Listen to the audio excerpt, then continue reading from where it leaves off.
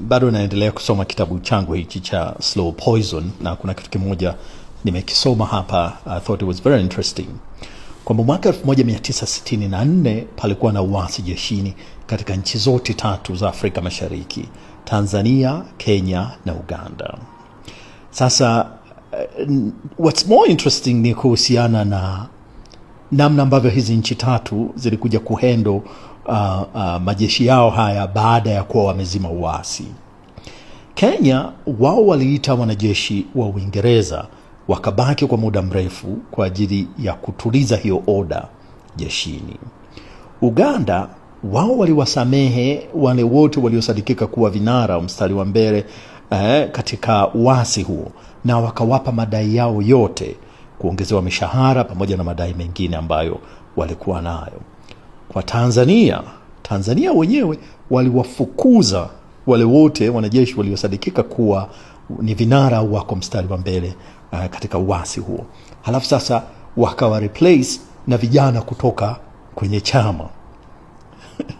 Halafu juu ya hapo wakaongeza pia, wakaingiza political commissars ndani ya jeshi.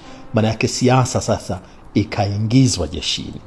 Sasa Profesa Mamdani anadai kwamba hiyo ndio ilikuwa hatua ya kwanza ya kutengeneza one party state. Sasa sijui ndio inaitwa chama dola hiyo, lakini ndivyo hivyo ilivyotokea. Ulikuwa unafahamu hiyo?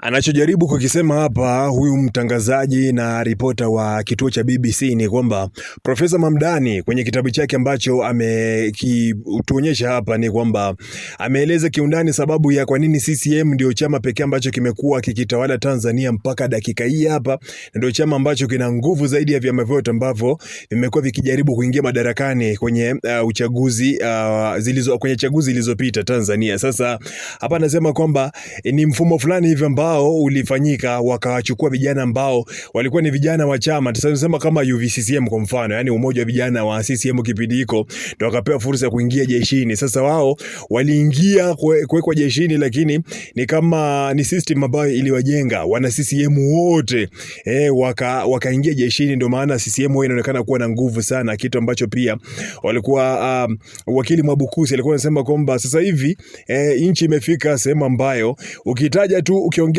chochote kibaya kuhusiana na serikali basi unakuwa ni adui, automatic adui wa polisi, jeshi la polisi, lakini JWTZ pia wanakuchukia. Kupendi kabisa. Yani inakuwa ni kama alikuwa anajaribu kujiuliza kuna uhusiano gani mkubwa sana baina ya CCM na jeshi la polisi. Yani ukiwa tu mpinzani tayari wewe ni adui mkubwa sana wa jeshi la polisi. Sasa kulingana na Profesa Mamdani ni kwamba jeshi lilichukuliwa ama lilijaribu kuna baadhi ya waasi ama baadhi ya wanajeshi ambao walijaribu kuasi na kutaka kuipindua serikali, lakini sasa kilichofanyika ni kwamba hakikufanyika Tanzania pekee, kilifanyika Kenya, Uganda na Tanzania, lakini kilichofanyika Tanzania ni kwamba waliamua kuwafukuza wote wanajeshi wote ambao walikuwepo wakihudumia ama wakitumikia serikali kipindiko, na nafasi zao zikachukuliwa na vijana ambao walikuwa ni vijana wa CCM UVCCM. Mimi naamini hivyo, wao ndio wamekuwa kiliendesha jeshi. Sasa kumekuwa kama mfumo fulani hivi wa watu ambao ni loyals kwa chama, hata ambao yani tutasema kwamba ni wana uaminifu mkubwa, wameaminika kabisa na chama, ndio wanapata fursa ya kuweza kuingia CCM ama kuweza kuingia jeshini. Ndio maana wao wanaitetea serikali kwa nguvu zao zote. Sasa sijui kama utakuwa umemuelewa hivyo nilivyomuelewa huyu mtangazaji wa BBC. Nipe maoni yako pale chini kwenye uwanja wa comment.